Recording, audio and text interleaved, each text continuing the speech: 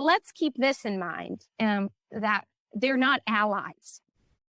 Xi-Putin Relations and the View from Riga with...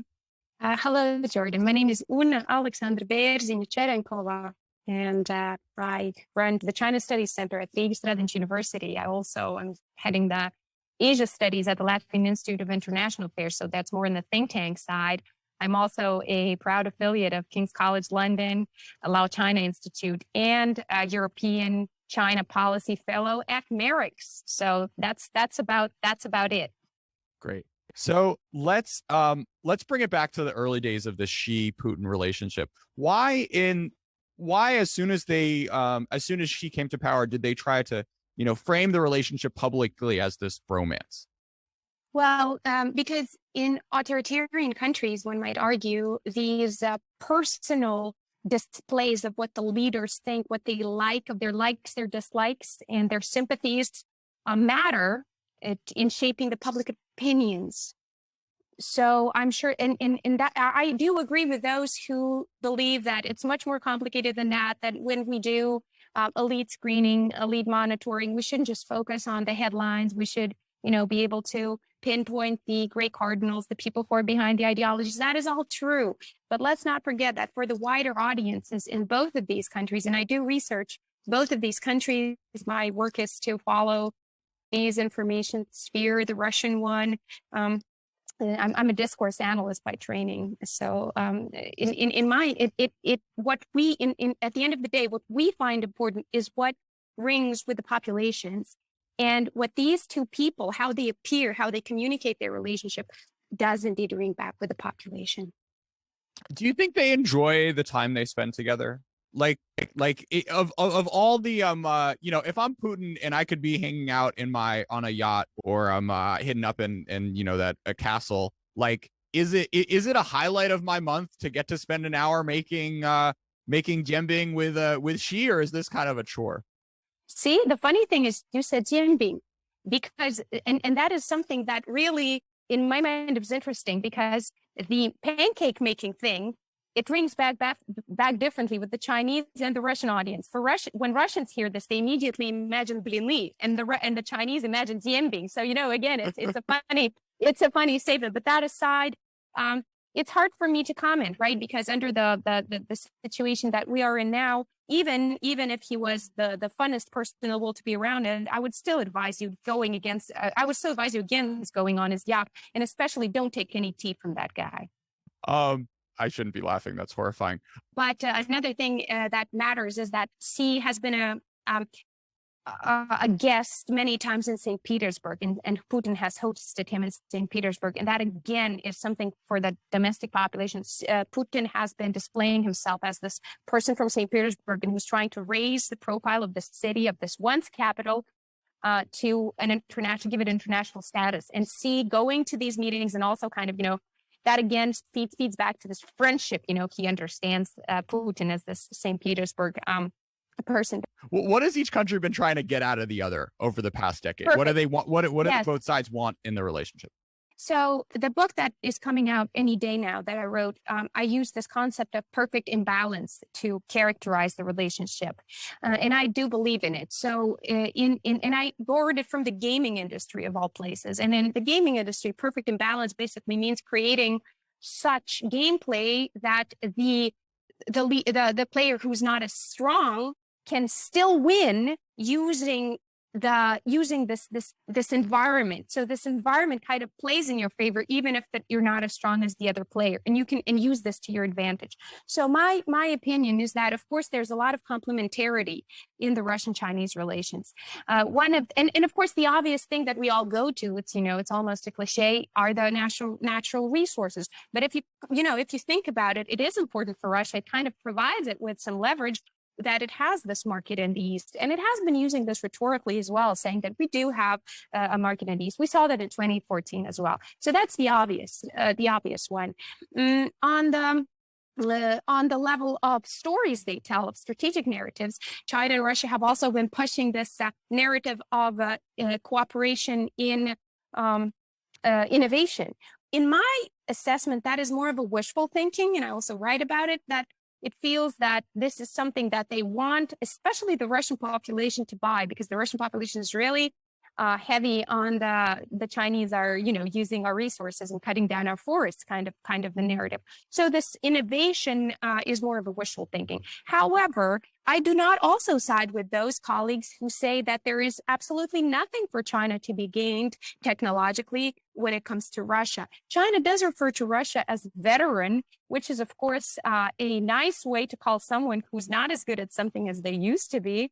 But at the same time, it's like a respectful way to tell you you're old and you're not quite it anymore. But that aside, there are technologies, of course, undeniably, that Russia possesses, be it space, be it military, that China, with all its money, with all its strategic planning, still lacks. And a lot of the experience that Russia has, for example, in spaceflight and in human life preservation in space, just cannot be bought.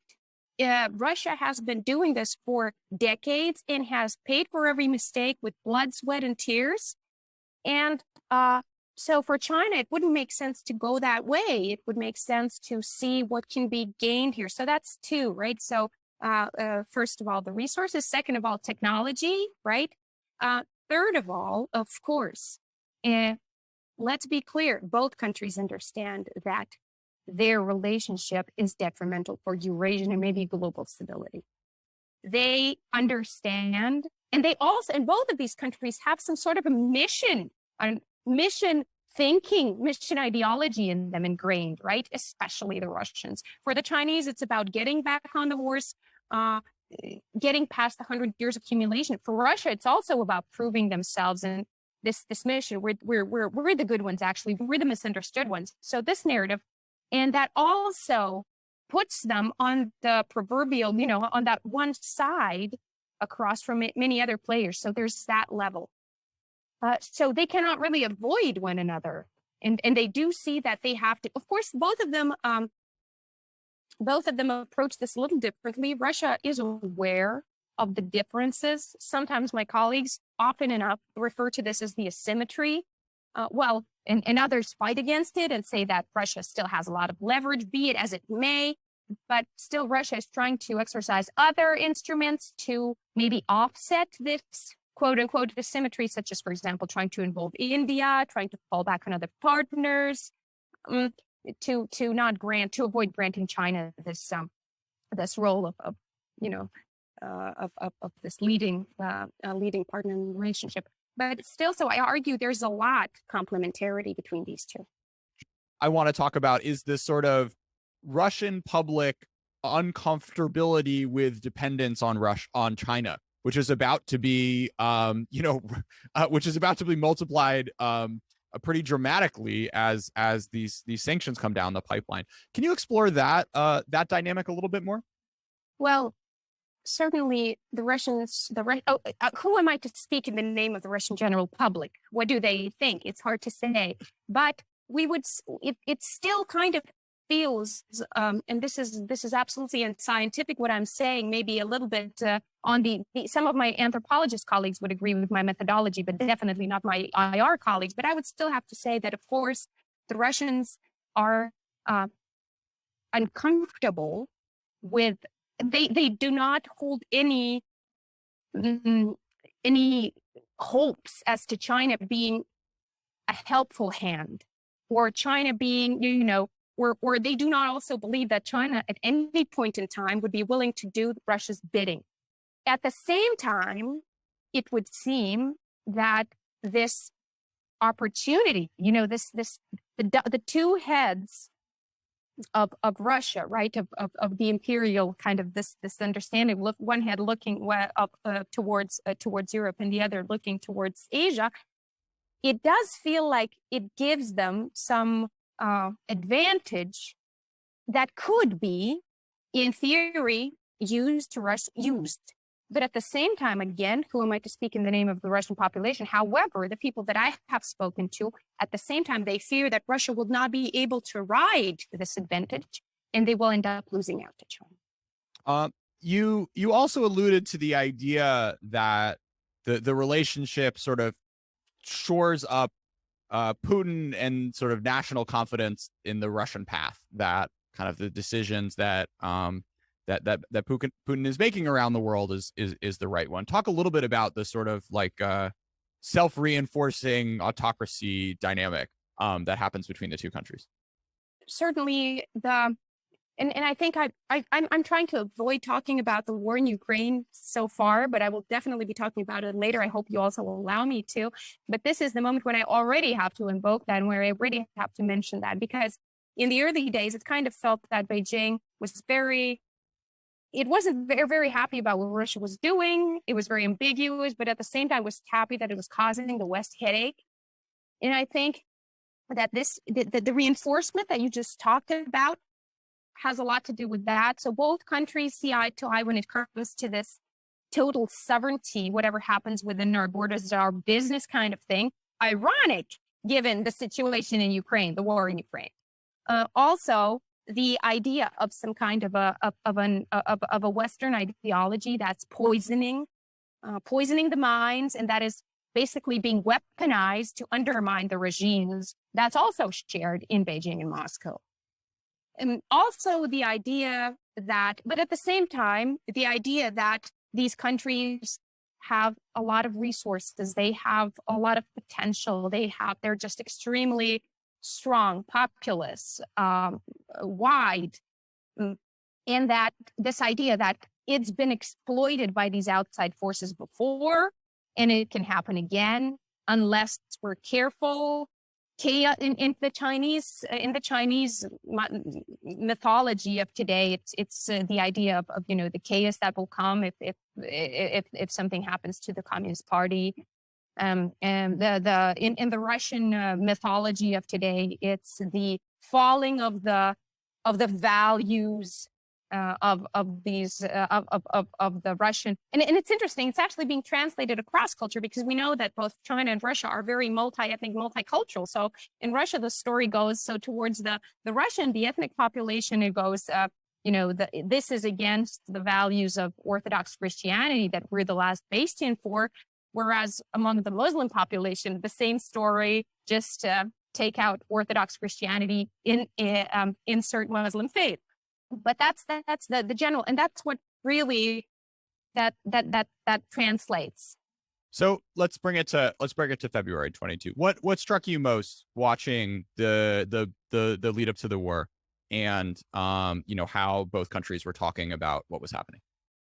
What struck me most was that I did not predict full-on invasion on Ukraine. So that's starting from that. Me and my colleagues, we did not expect that. So that struck me. But of course, when it comes to China and Russia, we're kind of used to the Russian rhetoric being bullying, being challenging, saying this is not true. Somehow everybody's saying we'll attack Ukraine, and there's just two countries in the world who are saying that's not going to happen, and that's us and Ukraine, and everyone else is just they're stupid for thinking that. So of course this blatant lie and this messaging, which makes no sense, that struck me, that keeps striking me. On the Chinese side, of course, we expected ambiguity. We expected saying all of these statements without really saying nothing. China's in a kind of a between a rock and a hard place here. Of course, and it was interesting to see China's position evolving, because of course it does have deep links with Ukraine also. And it's still interesting because the Chinese position hasn't fully formed. It's still interesting to watch how they're maneuvering between this almost want to talk about, how this is the U.S.'s fault, and kind of be celebratory in a sense that, look, what this is what U.S. caused. And on the other hand, being wary of, oh my God, this is instability. This is what we fear, right? And I would also have to say that reflects in the little things. My colleagues have pointed out, for example, that the Xinhua reports, on one hand, they feature all, sovereignty, all countries, but at the same time, China acknowledges that Ukraine is a special case. Who isn't a special case, may I ask, right? So it's the historic, but at the same time, there's a report on Xinhua website, and the visual for it is the kind of this bony European hand trying to scratch Ukraine, and on the other hand, a bear claw. That's not very, that's quite telling that they still the visual of Russia as this bear claw. And I'm trying to tie this back to your question. So I think that on one hand, China is also using this, trying to maybe see whether this is the time when it grasps that heightened role. It's no surprise that some voices have said, well, maybe China can mediate, right? So, okay, should we do that? But at the same time, it's so tempting for China to use this to speak against the U.S., to show that us too suffer from the United States hegemony. And we saw that in the statements of the spokespeople of Zhao Nijian and of the Ministry of Foreign Affairs. But on the other hand, let's not forget, in the Chinese domestic discourse, Russia is portrayed as someone who has taken territories from China as well. That is not forgotten. You have a museum on the Chinese side of the Russian border, which does not allow Russian passport holders in, because it tells a story of a bloodthirsty Russia pillaging China and taking away its territories. So Russia is not the perfect protagonist in the story for China as well. So it's interesting how it will evolve. Yeah, the amount of kind of layers and contradictions that must be that you see playing out in the ambiguity is really remarkable to watch. Let's not forget, Vladivostok used to be part of the Qing dynasty back in the day. There is some timeline out there where instead of everyone saying, oh, this is the time to move on Taiwan, Xi, for whatever reason, gets it in his head that he wants a new cold port in the East. But anyways, this is a little too fanciful maybe for today. It's interesting sort of watching the Chinese nationalist discourse, because like you can find justifications to be on both sides, right? If you are like a super red online a Chinese person like that, you can find arguments on both sides of this war. But I think it goes beyond just China, right?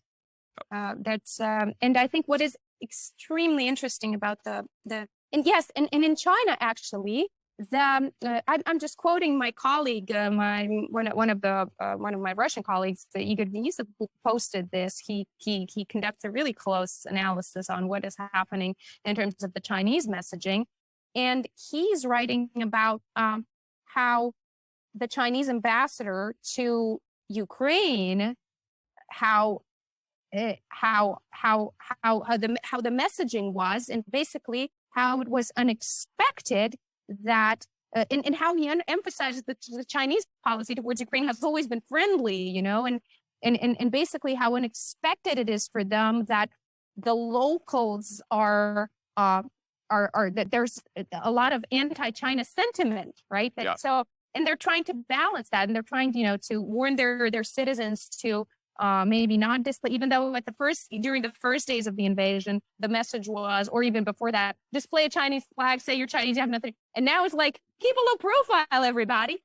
Yeah. So we're seeing, and I think it's really hard to draw a round, beautiful analysis because it's such a developing situation. So, but to go back to what I started with, maybe it's just me and where I sit, because every war, of course, we can say draws lines. But from where I sit, it's very hard in this exact situation with the Russian invasion to talk about, to use the whataboutism argument, to use the comparative argument. Yes, but, or use the who started it argument, that kind of thing, because it's just so blatantly inexcusable. The sort of thinking about kind of scenarios going forward, if this war, I gotta imagine that she probably had the same assumptions that Putin did, which is that this war would be over quickly. But I'm curious, if you want to speculate a little bit, Una, like to what extent Beijing's calculus changes if this sort of drags out and gets uglier and uglier from Putin's perspective. Let's keep this in mind, that they're not allies. Russia and China, we hear these opinions, of Russia and China forming an alliance, 2 steps away from adopting a mutual defense clause. For what it's worth, for what my opinion's worth, I do not think that's the case. And I think China writing this out the way they're doing is proof to that. Let's talk about the view from the Baltics. What does this change from a NATO perspective, from and from a sort of Chinese relations perspective as well?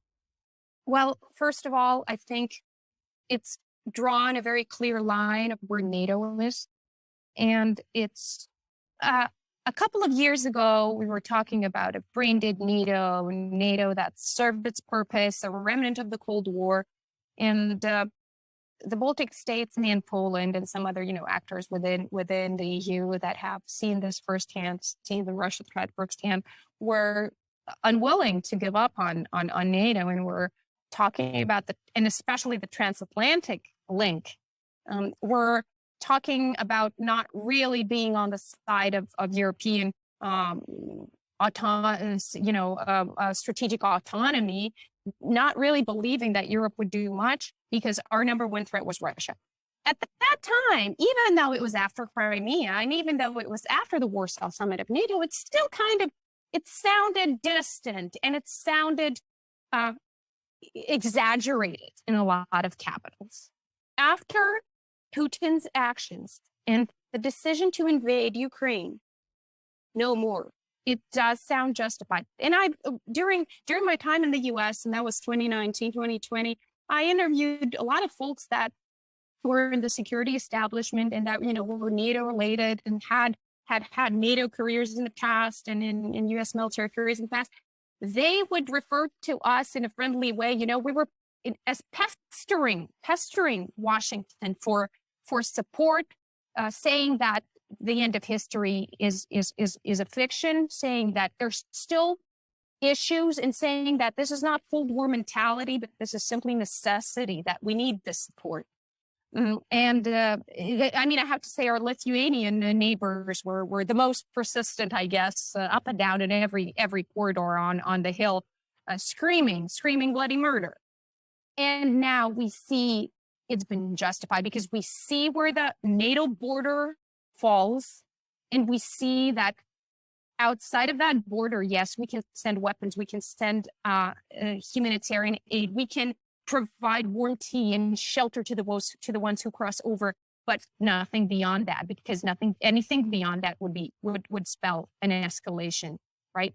So I guess this is to my knowledge, the NATO 2030 strategic concept has not been adopted yet. They're still deliberating. And I'm sure, and of course, we've been talking about how much the Chinese role is going to grow in that concept, how much the Indo-Pacific is going to become one of these topics that this concept will address. Of course, not in an adversarial way, not saying, China is an adversary, China is but rather calling it a challenge and talking about what can we do. So there was this feeling that the Indo-Pacific is going to steal the thunder from this classic NATO line of involvement. Well, not anymore. And now we have Finland and Sweden not explicitly, trying to join, but still, coming to the summit, Finland joining the summit, the meeting, talking about sending signals that they are looking in the direction of joining NATO. And of course, followed by an crazy statement by the Russian MFA spokesperson, Ms. Zaharova, saying that this will lead to military consequences if Finland, thinks about joining, which is absolutely insane in my humble opinion. So we see two things. First of all, we see NATO is sadly as relevant as ever. And the second thing is it's too early to take that searchlight and point it towards the Indo-Pacific. NATO needs that searchlight here in Europe. And there's another smaller, wider searchlight. Indo-Pacific's fine, but we need NATO to remember what stands in the name. And it says North Atlantic in the name. Closing thoughts, Una? Well, do you allow profanities on your show? Because yeah. I want to finish sure. with... Yeah. Because I want to finish with the with the quote that has been around a lot. And as a Russian, as half Russian, as a person who's in the Russian culture, I'm allowed to say that. And I'm going to say